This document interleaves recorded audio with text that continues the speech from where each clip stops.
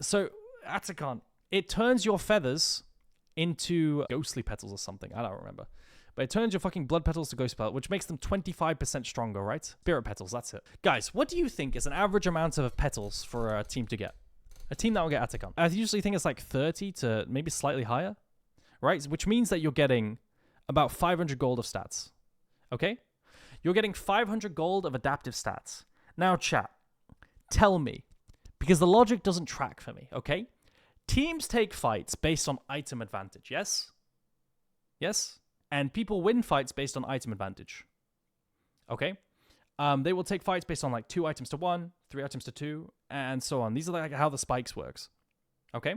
Has a longsword and a half ever made a big difference at 25 minutes into the game? 20 minutes, like maybe? Maybe, because the earlier on the stats matter more, I guess, right? Because there's a small amount of stats.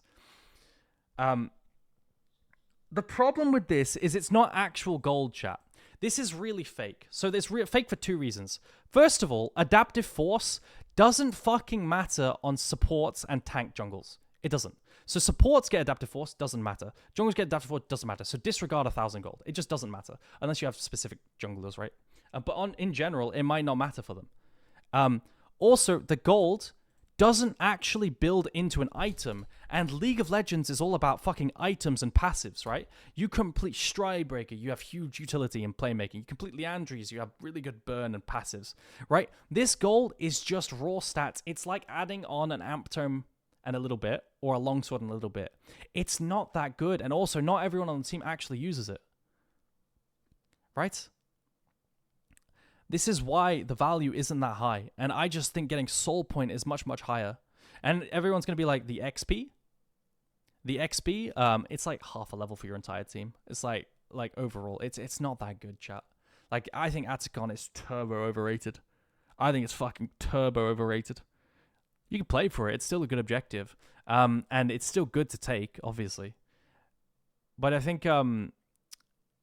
the problem is like the chat, and this is something none of you can argue with. The difficulty of taking is what you have to frame this around, right? And it's like, guys, Atakhan is tankier than Nash. It is.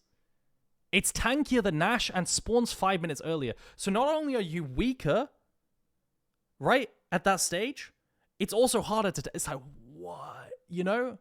It's like, I'm discussing...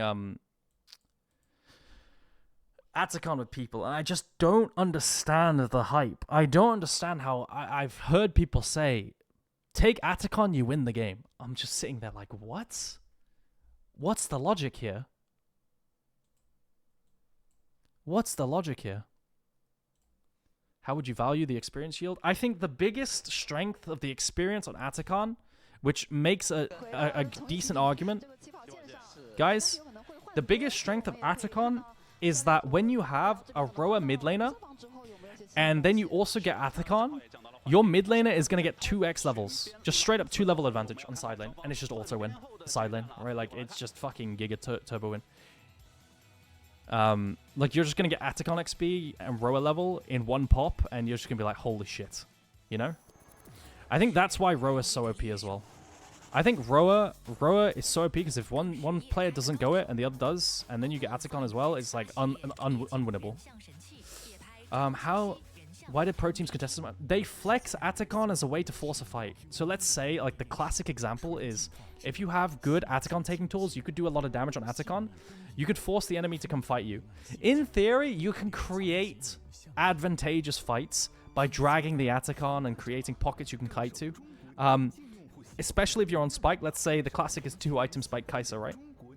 It comes online about the same time Atakhan spawns, right? Maybe a bit after. And then you could force a fight on your Spike. As long as you don't take too much damage, it's usually good. But it's obviously really, really difficult, right? Anyway, yeah. I've been yapping about Atakhan so much. That's why I don't like Atakhan. Maybe I'll turn that into a video. Maybe that could be a video on YouTube. Yo, guys, can you timestamp that? How many minutes into the stream is this?